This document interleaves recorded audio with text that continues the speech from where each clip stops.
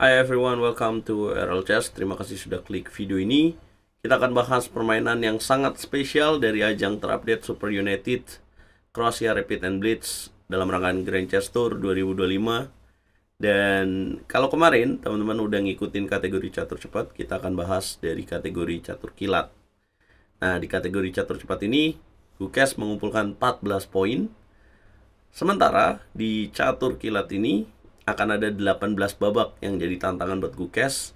Mampukah dia memaintain, mampukah dia menjaga keunggulannya, dominasi Gukes di catur cepat. Kita akan bahas game dari Magnus Carlsen melawan Gukes di babak-babak awal catur kilat. Formatnya 5 menit dengan bonus 2 detik. Jadi pemenang dari Kroasia Super United Rapid and Blitz ini digabungkan nilai dari kategori rapid digabungkan dengan catur kilat. Jangan lupa like dulu, share, dan subscribe. Dan jangan lupa jadi langganan di YouTube RL Chess buat dapetin konten eksklusif. Magnus pegang buah putih memulai dengan E4. Dijawab Gukes E5, putih kuda F3, hitam kuda ke petak C6, putih bishop B5. Artinya Magnus memilih pembukaan Spanyol atau Ruy Lopez. Kemudian hitam jawab dengan kuda ke petak F6, variasi Berlin. Kemudian D3. Kemudian hitam bishop ke petak C5, putih kuda C3. Hitam melanjutkan dengan rokade. Magnus menukar bishop dengan kuda terlebih dahulu, dimakan balik, dan dia pilih bishop E3. Kenapa nggak mau makan pion di petak E5? Gampang banget ya, ada ancaman pada petak F2, nanti ada ancaman dengan menteri D4. Ini bahaya guys, kalau lu ngambil pion E5 ya.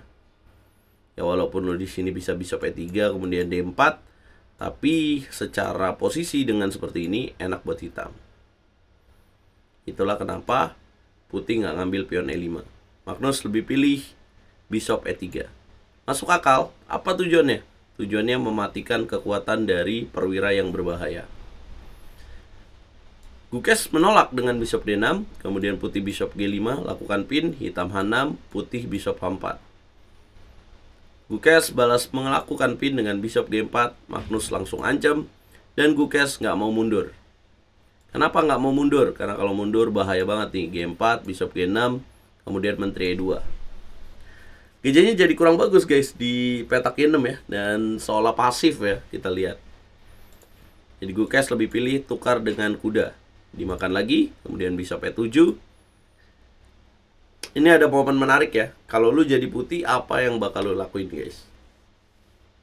Normalnya kan kita akan cepat melakukan rokade ya. Tapi Magnus Carlsen di sini melakukan pertukaran yang penting, bishop ditukar dengan kuda.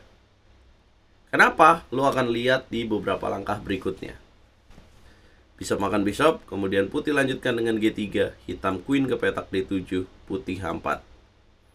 Kemudian hitam bishop ke petak E7, mau dorong F5, putih melanjutkan dengan rokade. Gak masalah.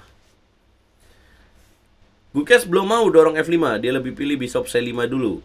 Ngerti sih tujuannya mau F5 jadi lebih tajam ya. Putih raja naik ke petak G2, hitam bishop ke petak D4, ngancem kuda, malah dikasih tuh pion. Ya karena kalau dimakan benteng AB1 dapat lagi putih pion di petak B7. Akhirnya Gukes lebih pilih mundur.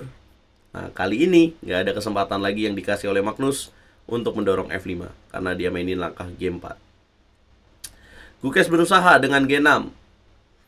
Magnus mencegah kembali dengan kuda G3. Hitam queen ke petak E7, putih benteng H1. Hitam benteng A ke petak D8, putih mendorong pion A4. Coba ganggu bishop. Dijawab taktis A5. Kemudian putih queen ke petak E2.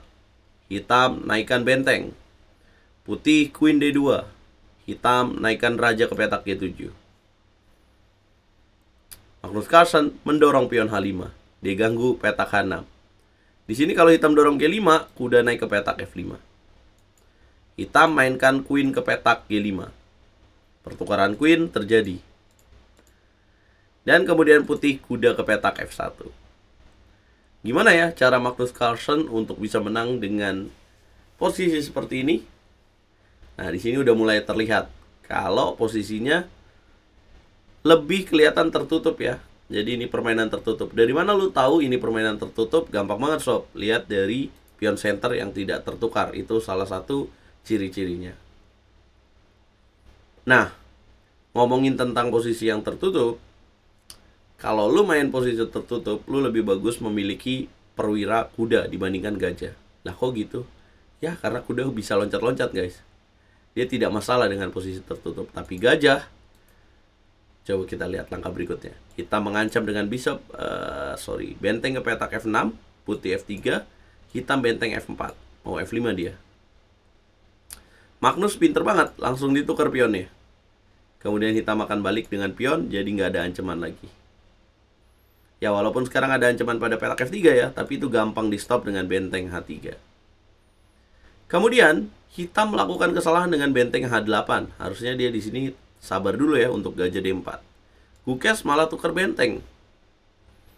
Dan ini membuat putih jadi unggul besar. Kalau lu jadi putih, lu makan nggak? Ya lu tuker lah.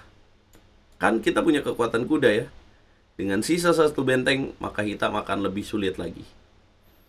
Kuda naik ke petak D2, hitam benteng ke petak F6, putih kuda C4, ancam pion A5, E5, dan juga gajah.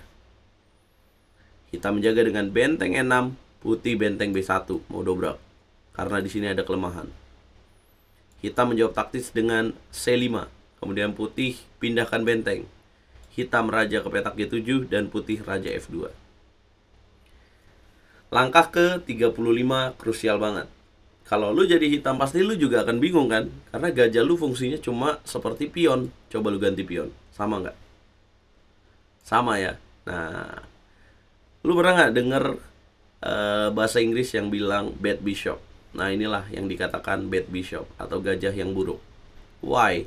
Karena gajahnya cuma berfungsi untuk menjaga pion-pionnya aja, tapi nggak bisa ngancem pionnya lawan yang diletakkan pada opposite colornya, pada warna yang berbeda. Nah itulah yang membuat Gukes bingung dan akhirnya dia mainin langkah gajah 7. Dia coba aktifin gajahnya lagi. Apakah itu bisa? Putih ngambil pion di petak A5, hitam mendorong C4 lakukan skak, putih raja E2, makan pion D3, dimakan lagi dengan raja, dan hitam benteng D6 skak, putih raja C4. Nggak ada takutnya. Ya tinggal benteng sama gajah doang, sulit skakmat ya. Kalau B6 gajahnya busuk, akhirnya benteng A6. Kemudian putih kuda B7, hitam ambil pion A4. B4, kemudian hitam benteng A6. Putih benteng D1, hitam benteng C6, putih raja ke petak B3. Hitam gajah ke petak D4, ide yang bagus, langsung dicegah oleh putih. Hitam raja ke petak F6, putih C3, hitam bishop ke petak F2, putih naik benteng ke petak D7. Ya, jaringan skakmat ingin dibangun, posisi dengan kuda D8 dan benteng F7. Hitam waktunya tinggal dikit, panik, benteng B6 dimainkan, dan kemudian seharusnya di sini kuda D8 juga skakmat ya, tidak bisa dicegah. Tapi putih mengambil pion C7 dan kemudian Gukes menyerah karena waktunya juga mungkin time out ya. 91,5% akurasi dari Magnus, hitam 84,8%. Permainan yang sangat posisional dari Magnus ya.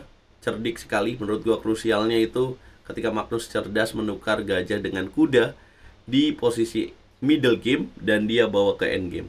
Emang gila. King of end game memang gila ya. Nah, berkat kemenangan ini dan tampil dominan di catur kilat, Magnus sekarang yang tadinya di awal setelah pertandingan catur rapid itu beda 4 poin sama Gukes, karena Gukes keok terus ya. Dia sempat mengalami 6 kali kekalahan dari 6 babak, artinya kosong terus. Gukes hanya menambah 1,5 poin dari 9 babak di kategori catur cepat ini. Sorry, catur kilat. Tapi masih ada 9 babak lagi. Magnus sekarang memimpin dengan margin 2 poin ya dari Gukes, tapi margin 1,5 poin dari Jan Krzysztof Duda. Mereka akan ketemu kembali 9 babak. Apa prediksi teman-teman? Coba komen kalau kalian merasa Magnus jadi juaranya atau Gukes yang bakal jadi juara. Kita ketemu di live streaming nanti malam. Schedule-nya itu jam 7 malam, jam 7 lewat 5. Oke, jangan lupa like, share, komen, dan subscribe. Bantu channel ini berkembang terus guys.